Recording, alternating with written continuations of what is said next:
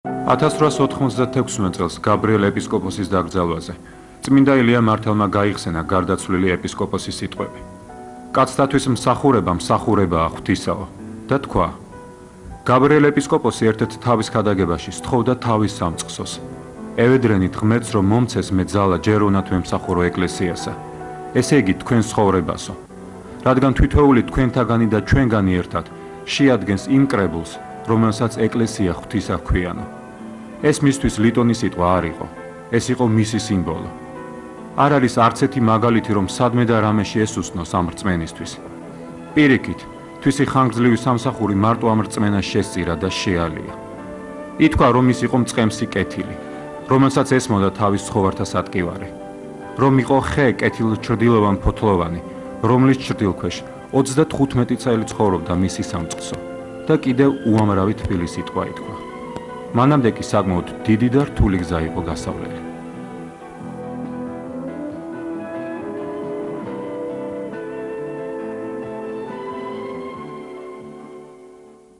მოციქული პავლე ებრაელთა ეპისტოლეში ამბობს მრევლ სულში, მოიხსენეთ წინამძღვარი თქვენი ცხოვრებისა და მიბაძეთ მათ გასვლა ამ ქვეყნიდანო.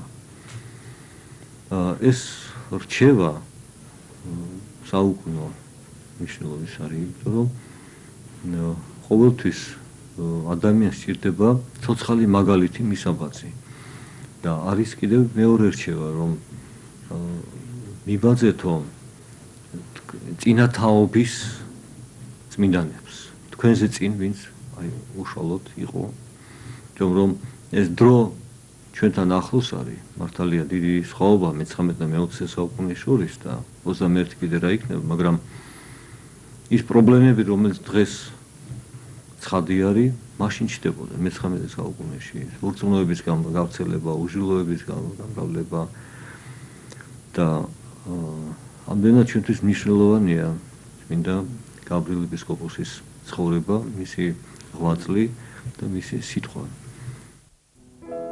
წმინდა მღვდელმთავარი გაბრიელი ერისკაცობაში გერასიმე ქიქოძე დაიბადა 1825 წლის 15 ნოემბერს სოფელ ბაღში, მღვდლის მაქსიმე ქიქოძის ოჯახში. 1840-45 წლებში სწავლობდა თბილისის, ფსკოვის და პეტერბურგის სემინარიებში. შემდეგ სწავლა განაგრძო პეტერბურგის აკადემიაში, რომელიც 1859 წელს დაამთავრა მაგისტრის ხარისხით. ამავე წელს დაქორწინდა პეტერბურგელი მღვდლის ნიკოლოზ ვლადიკინის ქალიშვილ მარიამზე. მალე სამშობლოში დაბრუნდა და თბილისის სასულიერო სემინარიაში დაიწყო მოღვაწეობა ინსპექტორად და რექტორის თანაშემწეს საღვთისმეტყველო საგნებში. 1851 წლიდან ის ფიზიკისა და მათემატიკის პროფესორია. მთელი რუსეთის იმპერიის ტერიტორიაზე მან პირველმა შექმნა ფიზიკის ლაბორატორია, სადაც ცდებს ატარებდა. 1854 წელს აკურთხეს მღვდლად. ამავე წლიდან სემინარის პროფესორობას უთავსებს თბილისში კეთილშობილ ქალთა ინსტიტუტის პედაგოგობას. ასწავლის საღვთო სჯულს.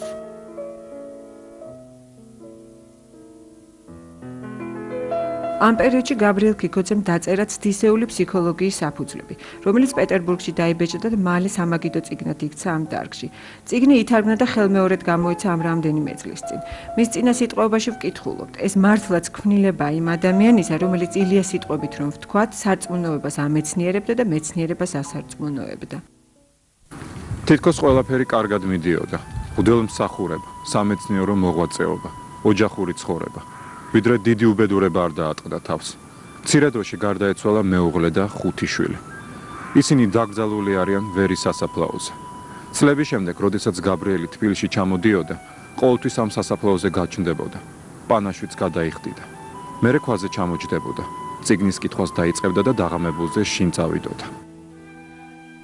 ეს წლების შემდეგ, მაშინ კი ისე გაუჭირდა, რომ მღვდლობის განტევებაც კი მოინდომა. მაგრამ აქ მასზე დიდი გავლენა იქონია ეგზარქოსმა ისიდორემ, რომელიც დიდ პატივს სცემდა მას გონიერებისთვის და ქადაგებებისთვის, რომელსაც მამა გაბრიელი სიონის ტაძარში წარმოთქვამდა. შენ ვითარცა გონიერსა კაცსა, კარგად უნდა გესმოდეს, ეუბნებოდა ეგზარქოსი. და იცოდე რა საკვირველება ჰქმნა შენზე ღმერთმა. იცი შენ, შენი სამშობლო ქვეყანა საქართველო დიდად მოკლებულია კარგ და შეგნებულ ხელმძღვანელ მღვდელმთავრებს. ამით მთელი ხალხი, თუმცა არის ქრისტეს ამხსარებელი, უგნურობაშია დაფლული. მას უნდა მღვდელმთავარი და ხელმძღვანელი რიგიანი და მცოდნენი, რომლისათვისაც ნათლას ჩანს, გიხმობს შენ უფალი. არ ხედავ რა გიყო უფალმა. ცოლი, შვილები მოგაშორა და შერაცხა ანგელოზებად და მათ ნაცვლად გაძლევს ქართველთა ერთა, რათა უწინამძღვრო მათ. ასავო გზა ჭეშმარიტებისა და მიუძღვნა უფალსა ერიგი განათლებული და განწმენდილი ყოვლისაგან ბოროტებისაგან. და მამა გაბრიელმა იტვირთა ეს ტვირთი. 1856 წელს ბერად აღიკვეცა. 2 წლის შემდეგ დაინიშნა დავით გარეჯის არქიმანდრიტად. ამავე წელს გორის ეპისკოპოსად. გორში ის იმდენად შევიწროებული იყო, რომ მისი ქადაგებებიც კი ცენზურას გადიოდა. 1860 წლიდან გაბრიელი იმერეთის ეპისკოპოსია. ერთი პატარა ეპიზოდი გვინდა მოვიყვანოთ ამ პერიოდიდან. იმერეთში მიმავალ გაბრიელ ეპისკოპოს სურამში საზღვართან ხვდება იმერეთის ეპარქიის ბლაღოჩინი, ოქროპირ წერეთელი, დახელოვნებული დიპლომატი და კაციმელია და გაიძვერა, როგორც მას ახასიათებდა. დაიწყო თუ არა მისასალმებელი სიტყვა, მოსდგა თურმე იმერლებს და სულ მიწასთან გაასწორა. ბატონო, ახალ სამწყსოში თქვენ მრავალი ეკალი და კუროს თავი დაგხვდებათ, მაგრამ იმედია ყველაფერს ძირიანად აღმოხვრეთ, როგორც განათლებული პირი. გონებ პირველი ეკალი და კუროს თავი შენ უნდა იყო იქ, ბაღაღოჩნო, მიუგო მწარე ღიმილით გაბრიელმა. სამაგიეროდ ბლაღოჩინმა სულ მალე გააშანშალა ცილის მწამებლური წერილი მის წინააღმდეგ. ეს პირდაპირობა კიდევ ბევრჯერ გამოჩნდება მის ცხოვრებაში. ამბობენ, რომ ფიცხიც იყო გარდამეტებული, კაცრი, ჯიუტი. ქუთაისელები პირველ ხანებში ჩურჩულებდნენ, გურული ფიცხიაო, პოხონდრია სჭირსო, ბრაზიანიაო, მაგრამ თან გულჩულიც იყო, ულმობიერი და მოწყალე, კეთილი და მალე შეუყვარდათ. ქუთაისში ჩავიდა 7 სექტემბერს, მეორე დღეს გელათობა იყო. წირა ხალხით სავსე ტაძარში და თქვა არაჩვეულებრივი ქადაგება. ყოველი კაცი უფრთხილდება მხოლოდ ერთსა თავსათვისა, გარდა ეპისკოპოსი 1000-სა და ბევრეულსა, რათა არც ერთი ცხოვარი მის და მინდობილი არ წარწყდეს მისითა ბრალიდან. ეპისკოპოსი მარტო ვერც ცხონდება და ვერც წარწყდება. კეთილი ეპისკოპოსი აცხონეს მრავალთა, ხოლო უღირსი წარწყმაც უმრავლესთა. ის ითხოვს მრევლისაგან მონაწილეობას და თანაგზნობას მისი მსახურებისადმი და ამბობს: ნაკლულოვანებათა ჩემთა აღავსებდეს სიყვარული თქვენი, ვინაიდან კაცი ვარ და ყოველი კაცობრივი არაშორს არ ჩემგან. მღვდელმთავარს ეპარქიაში ეკლესიური ცხოვრება სრულიად მოშლილი დახვდა. მავნე ჩვეულებები მყარად იყო ფესვგადგმული, არა მხოლოდ ერში, არამედ თვით სამღვდელოებაშიც. გავრცელებული იყო 1000 ცრურწმენა, მეგრთამეობა, დაბეზღება, შური, წმენა დაცემის გზაზე იდგა. წმინდა გაბრიელმა, როგორც უდიდესმა საეკლესიო მოღვაწემ, მჭვრეტელმა მამამ, სწავლულმა ღვთისმეტყველმა და ფილოსოფოსმა მიზნად დაისახარა ერის ხსნა, მაშინვე მოუწოდა თავისი სამწყსოს ყოველ წევრს საღმრთო ჭეშმარიტებებსა და პირად სათნოებებში განსაკუთრებული განუდრეკელი განმტკიცება.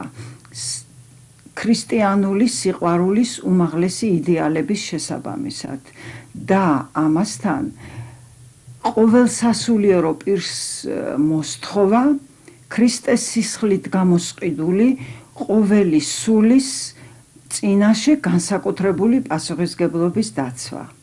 აი ეს არის უაღრესად მნიშვნელოვანი.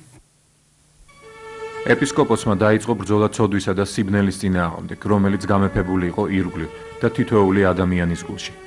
ქადაგებებში ამბობდა: ცოდვა სულისაჩვენისათვის არის ვითარცა სნეულება ხორცისაჩვენისათვის. ყოველი კაცი თავის მომწონე არის. ყოველ კაცს ეშინია, რომ ვინმე მცუდი არ იფიქროს მასზე და ყოველი კაცი ცდილობს, რომ დამალოს და დაჰფაროს ყოველი ცოდვა თვისი და ცუდნი თვისებანი. ცოდვარს უყვარს სიბნელე და დუმილი. გარნა წარმოიდგინე, ძმაო ჩემო, რომ მეორედ მოსვლის ჟამს წინაშე პირისა ყოვლისა გამოჩნდება ყოველი შენი ცოდვა. წარმოიდგინე, ვითარ სირცხული და განკიცხვა გექნება მაშინ, როცა ცადა ქვეყანა, ყოველნი მცნობნი და უცნობნისა შეიტყობენ შენსაც სიცუდესა და წარწმენდასა. წარმოიდგინე არა თუ მარტო შენი მეგობარნი, არამედ მთელი ქვეყანა, ანგელოზნი და კაცნი გიხილავენ შენ მარცხენით, წარწმენდულთა შორის და მიმართავს მრევლს, რომ სანამდროა მოინანიონ, რადგან უყურადღებობით ცოდვა გადაიქცევა ჩვენს მეორედ ბუნებად და შემდეგ შეიძლება ვეღარც აღვიქვათ. მისი ქადაგებები არის მკაცრი და თან თბილი, იმედიანი. ღმერთმა არ აგვიგრძელა ზრუნვა და შეძენა ყოვლისა, რაიცა არ შენთვის ახმარი. ქვეყანა ღმერთმა შენთვის შექმნა. ყოველივე რასაც ხედავ შენია, განდა შენ კი ქრისტესი ხარ. ვითარცა იტყვის მოციქული. ყოველივე თქვენი არს, ხოლო თქვენ ქრისტესნი და ქრისტე ღვთისა. მისი ქადაგებები ქართველმა ხალხმა ისე შეიყვარა, როგორც წყურვალმა წყალი. ამის დასტურია თუნდაც ის, რომ გაბრიელის ქადაგებები რამდენჯერმე იქნა გამოცემული. მის გამოცემას დიდი ამაგი დასდო გაბრიელის მოწაფემ და შემდგომ მისმა თანამოაზრემ იაკობ გოგებაშვილმა. მე-19 საუკუნის 60-იან წლებში გაბრიელ ეპისკოპოსის ქადაგებები რუსულ ენაზე ითარგმნა. რუსული ენიდან 1867 წელს გაბრიელ ეპისკოპოსის ქადაგებები ინგლისურ ენაზე თარგმნა ინგლისელმა სწავლულმა სოლომონ მალანმა. გაბრიელის ქადაგებით აღფრთოვანებულმა სოლომონ მალანმა საგანგებოდ შეისწავლა ქართული ენა და 1872 წელს ქუთაისს ესტუმრა. იგი დაესწრო წირვას და აღფრთოვანებული იყო გაბრიელთან ურთიერთობით. გაბრიელი დაუნდობლად ამხელდა იმ ვაი ქართველებს, რომლებიც ეროვნული ნიჰილიზმის გავლენის ქვეშ მოექცნენ. მან 1872 წელს გააკრიტიკა ცნობილი სენატორი და სახელმწიფო საბჭოს წევრი გიორგი მუხრანსკი, რომელმაც რუსულ ენაზე გამოაქვეყნა პატარა ბროშურა, სადაც იგი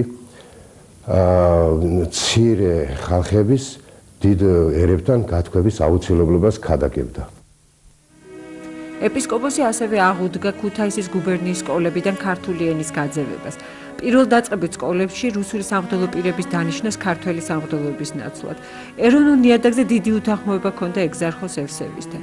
დროდადრო მასზე საიდუმლო მეთვალყურეობა იყო დაწესებული, რადგან მთავრობისთვის არასაიმედო კაცად ითვლებოდა. მოკლეს მისი მდივანი, ცნობილი პუბლიცისტი ესტატე მჭედლიძე. ისიც იღებდა მუქარის წერილებს. საზრუნავი და საბრძოლი კი მართლაც ბევრი ჰქონდა. გაბრიელ ეპისკოპოსი შეუპოვარი იყო სიმართლის მხილებაში, რის გამოც ხშირად ზოგიერთის აღშფოთებას იწევდა და ხიფათით ჩაუგდია თავი. ერთხელ მთავარანგელოზის ეკლესიაში ქადაგებისას მან დაგმო ბატონყმობის მანკიერი მხარეები, რითაც მთავადაზნაურობის რისხვა გამოიწვია, იმდენად რომ სიკვდილით დაემუქრა. ერთ-ერთი მათგანი ეკლესიიდან გავიდა და ქარქაშიდან ამოწვდილი ხმიდელოდებოდა. წირვა დასრულდა. დეკანოზმა უთხრა ეპისკოპოსს: "გარეთ ნუ გაბრძანდებითო." გაბრიელ ეპისკოპოსი კი მშვიდად გავიდა. ეტლშიც არ ჩაჯდა ეკლესიასთან რომ ელოდებოდა და შიმფეხით გასცია. თავდაზნაურები გაშტერებული შესქეროდნენ ერთმანეთს. "ძლიაო მღვდელმთავარმა, ესო ხერი ხმის ვადაზე შემაცივდაო", თქვა ერთ-ერთმა. უეჭველია ამ ძლევის მიზეზი იყო ის, რომ ქადაგებლის გულში გვიოდა სიყვარული. ამ სიყვარულს განსაკუთრებით ცხადყოფს ერთი მაგალითი. ერთ-ერთი მოგზაურობის დროს გაბრიელ ეპისკოპოსს გზაზე თავს დაეცა ავაზაკი გაძარცვის მიზნით. გაბრიელმა ჯვარი გადასახა ჭაბუკს და უთხრა: "შვილო, მე საწყალი ბერი ვარ, გაბრიელ ეპისკოპოსი, მე ფული სადამ აქვსო." თურმე ავაზაკსაც ჰქონია გაგონილი გაბრიელის სახელი და შეცვა. გაბრიელმა კი განაგრძო. ასეთი საუცხოო ყმაწვილი, სიცოცხლითა და მშვენიერებით სავსე. ავაზაკად როგორ გავარდი? მაგზომამდე რა მიგიყვანაო? წამოდი ჩემთან და თუ რამე გჭირდება, მე გიპატრონებო. თავიდან ყმაწვილმა იუარა: "მე რაღა მეშველება აწი ბატონო, ჩემი საქმე წასულია." ავაზაკობაღა დამრჩაო, მაგრამ გაბრიელი არ მოეშვა, თან წაიყვანა, გაზარდა და მასწავლებლად განაწესა სკოლაში. ეს ისტორია გამჟღავდა 1896 წელს, როცა ამ კაცმა, უკვე მასწავლებელმა, შუა გაკვეთილზე მოულოდნელად შეიტყო გაბრიელ ეპისკოპოსის გარდაცვალების ამბავი. მაშინ მოუყვა მან ყველას თავისი ისტორია. ერის სულიერი გაჯანსაღებისთვის განსაკუთრებულ ყურადღებას განათლებას ანიჭებდა. ეპისკოპოსი აქტიურად ერეოდა სასწავლო პროცესში, თვითონ უყვარდა ხოლმე მოსწავლეების გამოკითხვა. ის მრავალ მოსწავლეს საკუთარ სახლში ინახავდა და სწავლის ქირას უხდიდა. მისი ხელშეწყობით დაარსდა 100-მდე სამრევლო სკოლა, ქალთა სასწავლებელი სასულიერო სემინარია ქუთაისში. შემდეგ სამგლოვიერო სიტყვაში ეპისკოპოსი გრიგოლი ეტყვის: "სამოქალაქო და სასულიერო სასწავლებლების დიდნენ და ზდიან ახალ თაობათა. შენ მეტი საქმე ჰქმენ მოძღვარო, შენ ხალხი აღზარდე, გიხარობდნენ." ყველას არ აქვს ეს ნიჭი. დიდთან და პატარასთან, დიდართან და გლახაკთან ერთნაირად ისაუბრო. იყო როგორც ამოყოლი მოთხული ყველასთან ყველა. და აი ეს უნარი, რომელიც გაბრიელ ეპისკოპოსს გააჩნდა, მის დიდ სულუნებაზე მეტყოლებს. და როგორც პედაგოგი და სასულიერო სასწავლებლის და მომავალი სულიერი მოძღვრის აღმზრდელი, ის ნამდვილად ჩვენთვის მისაბაძი არის და მისი აი ეს მემკვიდრეობა ამ კუთხით კიდევ ერთხელ შესასწავლი არის. მაგრამ დღეს ალბათ ერთ-ერთი ყველაზე დიდი პრობლემა არის მომავალი თაობის აღზრდა. ეს მუდამ არის ეს პრობლემა, მაგრამ დღეს განსაკუთრებით, იმიტომ რომ ჩვენ ქვეყანაში და სხვა ქვეყნებშიც როგორ იჭრება უცხოსული, რომელიც ებრძვის ტრადიციას, ებრძვის საზრუნოებას, ებრძვის ნეობას და აი ამ მძიმე პირობებში როგორ დაიცვა მომავალი თაობა, ბავშვები როგორ დაიცვა. აი ეს ჩვენ შეიძლება ვისწავლოთ გაბრიელ ეპისკოპოსისგან და მუდამ მადლიერებით მოვიხსენებთ ხოლმე. აღსანიშნავია, რომ მის ეპარქიაში მარტო იმერეთი კი არ შედიოდა, არამედ თითქმის მთელი დასავლეთ საქართველო, სვანეთი, სამეგრელო, რაჭა, აფხაზეთი. ის ყველას უნაწილებდა თავის ზრუნვას და ყველგან ამტკიცებდა ქრისტიანობას. ჯორზე შემომჯდა, რომ მხოლოდ ერთი ბერის თანხლებით დადიოდა სოფლიდან სოფელში, ქადაგებდა, გაჭირვებულებს ეხმარებოდა, ტაძრების მდგომარეობას ამოწმებდა.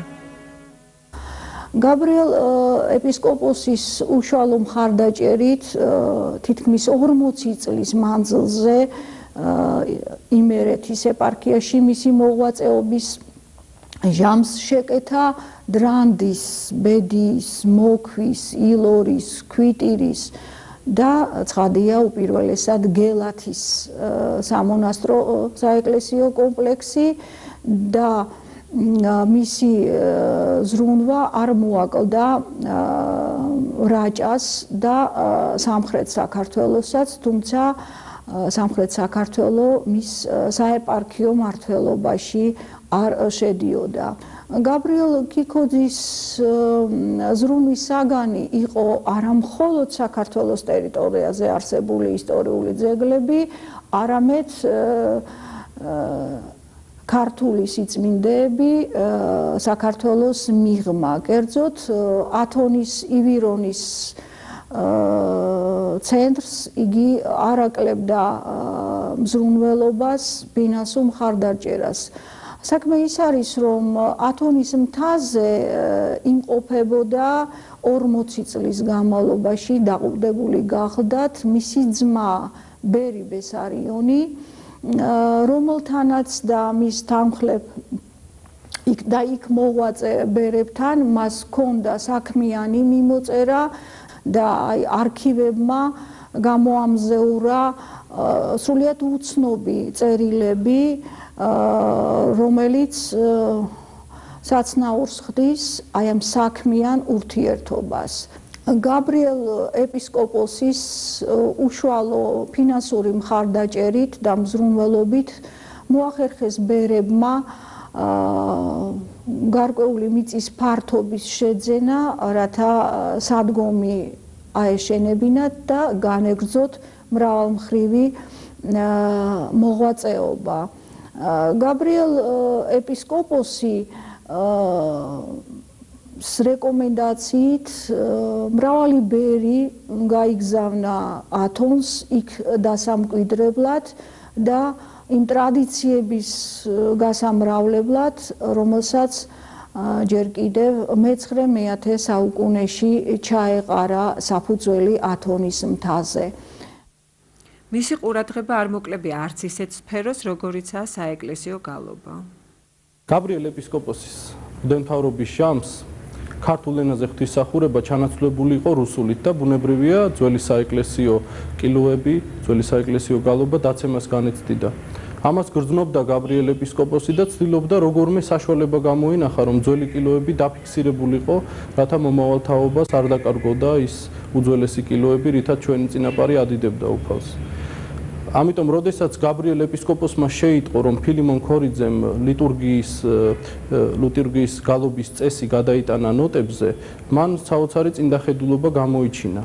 და დასავლეთ საქართველოს თითქმის ყველა კუთხიდან მოიწვია სრული გალობის მცოდნე პირები. და ფილიმონ ქორიძეც ასევე მოიწვია ქუთაისის სობოროში, რომ მას მსახურებაზე ეგალობა და სწორედ ეს პირები დაასწრო მან, რათა შეემოწმებინა თუ რაოდენ სწორად იყო დაფიქსირებული, რაოდენ სწორად იყო შენარჩუნებული ამ სანოტო ჩანაწერებში ის უძველესი კილოები. სწორედ ამ პირების ნებართვით და მათი, ასე ვთქვათ, თანხმობით მოხდა შემდგომ, რომ გაბრიელ ეპისკოპოსმა ჩამოაყალიბა ქუთაისში ძველი ქართული გალობის აღმდგენელი კომიტეტი. და მთელი მისი არსებობის პერიოდში მისთვის ფინანსური მზრუნველობა არ მოუკლია და ესე იგი კომიტეტმა უზარმაზარი სამუშაო გასწია ათასობით საგალობელი ჩაიწერა და მე ვიტყვი რომ ჩემი აზრით რომ არა გაბრიელ ეპისკოპოსის ესოდენი ძალისხმევა და ყურადღება ამ საქმეს თავი არ მოებმებოდა და დღესდღეობით ჩვენ ეს უდიდესი საგანძური ალბათ დაკარგული გვექნებოდა. ეს საქმეები ასე თუ ისე ჩანდა, მაგრამ იყო ერთი მხარე მისი მოღვაწეობისა, რომელსაც ეპისკოპოსი მალავდა. ეს იყო მოწყალება, მისი ცხოვრების განუყოფელი ნაწილი. ერთი ზამთარში მან თავისი ფეხი დაიარა ღატაკთა სახლები და დაეხმარა მათ. ხშირად ქვრივობლებს ღამღამობით ჩუმად შეშას უზიდავდა. ერთხელ ქუთაისში ტუსაღებისთვის საცვლები შეაკერინა და თეთრ პურთან ერთად გაუგზავნა. თან ბრძანა არავითარ შემთხვევაში მისი სახელი არ ეხსენებინათ. საკვირველია, მაგრამ მას ყოველი კაცი გაჭირვებაში მყოფი ახსოვდა. დროდადრო მათ ამბავს კითხულობდა და ცდილობდა დაწყებული საქმე ბოლომდე მიიყვანა. ცხოვრობდა უბრალოდ. გონებრივ და ფიზიკურ შრომას ერთმანეთს უნაცვლებდა. თოხნიდა, შეშაშრიდა, პირუტყვს საზრდოს უზიდავდა. ამბობენ, ეკლესიაში თუსადმე უსუფთავობას დაინახავდა, ცოცხს მოიტანდა და საკუთარი ხელით დახვედდაო. მესენაკე იხსენებს, განსაკუთრებით ლოცვა უყვარდაო. ღამღამობით მარტო თავისთვის დიდხანს ლოცულობდაო. ჭეშმარიტი ლოცვა არის პირველად თავის ცნობა, ამბობდა ქადაგებებში. როდესაც კაცი ცხადად დაინახავს თვის სასიგლახაკესა, შეშინდება თვისისა უღირსებისაგან და სული და გული მისი უნებლიეთ მიიქცევა ზეციური მამის მიმართ. მეორე ჭეშმარიტი ლოცვა არის ღვთისძებნა.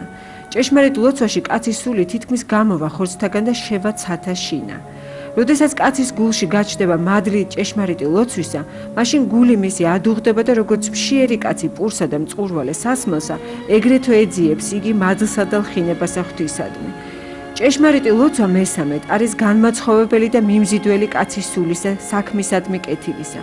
ის ლოცვა არ არის ჭეშმარიტი ლოცვა, რომელიც არ გადაიქცევა კეთილ საქმედ. და ბუნებრივია სწორედ მან, ვისაც ევედრებოდა, შეაძლებინა ყოველივე, რაც მან შესძლო. 1895 წლის აღდგომის შემდეგ მისი ჯანმრთელობა მკვეთრად გაუარესდა.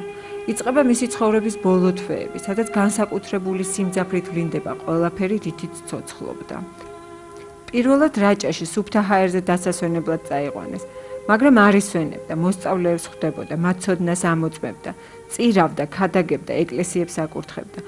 24 მაისს სოფელ ჭიბრევში აკურთხა ეკლესია, მაგრამ შემდეგ საშინელი სისუსტე იგრძნო. შეატყო, რომ ცუდად იყო საქმე და მსმენელთა მოწმობით გადაშალა სახარება, დააკავებინა დიაკვანს და ასეთი სიტყვებით მიმართა მრევლს. ვხედავ საყვარელნო ძმანო, ეს სახარება ჩემთვის უკანასკნელია, ჩემი აქ მოსვლაც და თქვენთან ქადაგებაც. როდესაც ჩემი სიკვდილი გაიგოთ, ყველა ღმერთ შეევედრეთ, რომ ვცხონდე. მე როგორ ვეხვეწებოდი ღმერთს თქვენთვის, ეს იქ გამოჩნდება, როდესაც თქვენ ყველანი ჩემთან მოხვალთ და ყოველივეს იხილავთ. შემდეგ ბორჯომში წაიყვანეს. ვერ გაძლო. თავის მესენაკეს ეუბნებოდა. გელათში წამიყვანეთ. მე ბერი ვარ და ბერებთან ცხოვრება მსურსო. აქ სულიერი საზრდო მომაკვდა და ის მაწუხებსო. მიუხედავად ტკივილებისა და ავადმყოფობისა არ ცხრებოდა. ბოლო წუთებამდე ყველაზე ზრუნავდა. ამბობენ, ბოლო დღეებში ყველაზე ხშირად თავის ორ ნათლს იხსენებდაო. რა ვუყო იმ საწყლებს? რა უშველო? მე ღვთისგლახა შევქმნ და ისინი სრულიად ობლად მრჩებიანო. და ამ დროს კიდევ ერთი ტკივილი იჩენს თავს. უკვე ღონე მიხტილი მოულოდნელად კითხულობს. ჩემი ცოლშვილი სად არის? 60-ში ბატონო, შეშინებული პასუხობს მასთან სანახავად მისული გიორგი ახვლედიანი. ოჰ, რა კეთილი კაცი ყოფილხარ, რომ მან უგეშებ. სიცოცხლის ბოლოს მეუფე გაბრიელს მძიმე სულიერი ბრძოლები დაეწყო, ტანჯავდა საშინელი მოჩვენებები. კაცთა მოდგვის მტერმა უკანასკნელი ბრძოლა გამართა, რათა ფიზიკურად დასუსტებული მოხუცი სულიერად ეძლია. მან კი უმატა ლოცვას. სიკვდილის მოახლოების ხანს მოიწვია მთლად თავისი კრებული, დაალოცა, აკურთხა, იმთხვია ხელზე, დაარიგა ეკლესიას მუყაითად ემსახურეთო და გამოეთხოვა. მერე სულ თვალდახუჭული იყო, მთელი დღეები იმეორებდა. მომიხსენე მე უფალო სასუფეველსა შენსა, იესოს ლოცვას, მერე მარტო უფალოს ამბობდა. გაბრიელ ეპისკოპოსი გარდაიცვალა 1896 წლის 25 იანვრს, ახლით 7 თებერვალს, ღამის 2 საათზე, გრიგოლ ღვთისმეტყველის ხსენების დღეს, დავით აღმაშენებლის ხსენების წინა დღეს. უჩვეულოდ დიდი ზამთარი ყოფილა იმ წელს ქუთაისში. გზები თოვლისგან იყო შეკრული. მიცვალებულის ღირსეული გაპატიოსნება კი არა, გელათში წასვენება და დაკრძალვა ვერ მოხერხდა უამინდობის გამო. მეზობელს მეზობელთან გადასვლა უჭირდა. ამიტომ გადაწყვიტეს დაეცადათ გაზაფხულამდე, ვიდრე თოვლი არ დადნებოდა და გზები არ გაიხსნებოდა. მანამდე კი გაბრიელის ხედარი ქუთაისის საკრებულო ტაძარში დაასვენეს. არქიელის გორიდან გამოსვენებულ ცხედარს ადევნებული პროცესია სახლის სახურავებით უფრო მოდიოდა, ვიდრე ქუჩაზე, დიდ-თოვლობის გამო. მიუხედავად უამინდობისა, საკრებულო ტაძარში მიცვალებულის გადმოსვენებას უამრავი ხალხი დაესწრო. 46 დღე ეთხოვებოდა გაბრიელ ეპისკოპოსს სრულიად საქართველო და მთელი ამ დროის მანძილზე მისი გვამი არ გახსნილა. დაკრძალულია გელათში. გარდაცვლილის პირადი ქონება საკუთარი სურვილით მთლიანად ქრივობლებს დაურიგდა. თავის ანდერძში მან შენდობა ითხოვა ყველასგან და დალოცა მთელი თავისი სამწყსო. ვთხოვ ყველას, ვინც მე მიცნობდა შენდობას, რაშიც მე ისინი შევაწუხე. ან შეიძლება ვისმე მივაყენე შეურაცხყოფა, ვუყავი უსამართლობა. ჩემი მხრით შეუნდობ ყველას, ვინც მე დამაყენა, მაწყენია, მომაყენა უსამართლობა. 1995 წლის 19 სექტემბერს საქართველოს მართლმადიდებელმა ეკლესიამ გაბრიელ ეპისკოპოსი წმინდანად შერაცხა, წმინდა მღვდელმთავარ გაბრიელის სახელით.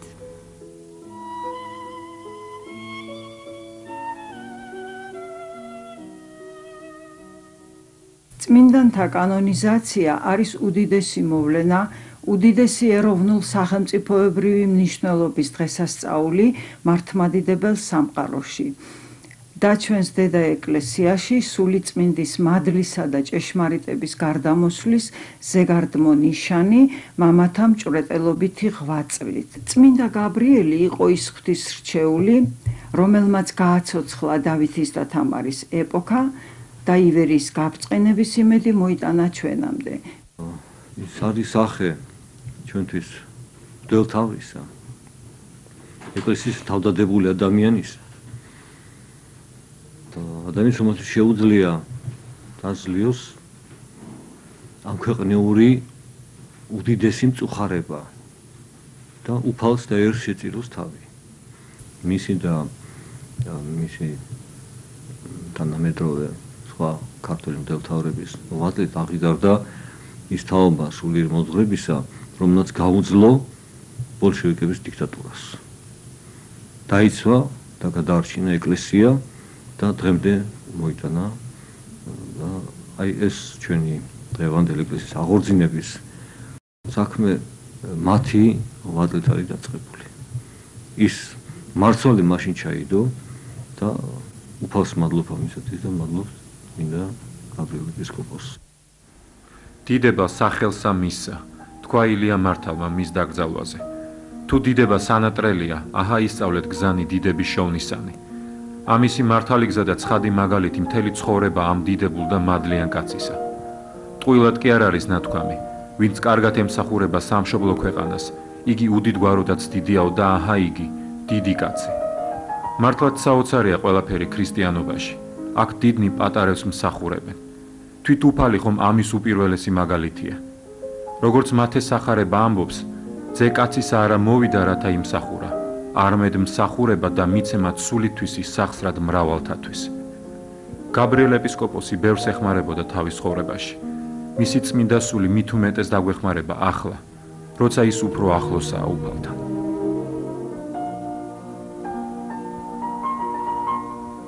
სოფელსაშინა მწუხარებაი დაითმინე, ხოლო ქრისტესთანა მშვიდობაი შეიძინე. სიტყვითა შენითა ქართველთა ერი განანათლენ და უპოვარებისა საუნჯენი მაშინა განამრავლნე. ღვაწლით შემოსილო წმინდაო მღვდელმთავარო გაბრიელ, ევედრე ქრისტეს აღმერთსა, შეწყალებად სულთა ჩვენთანთვის. ამინ.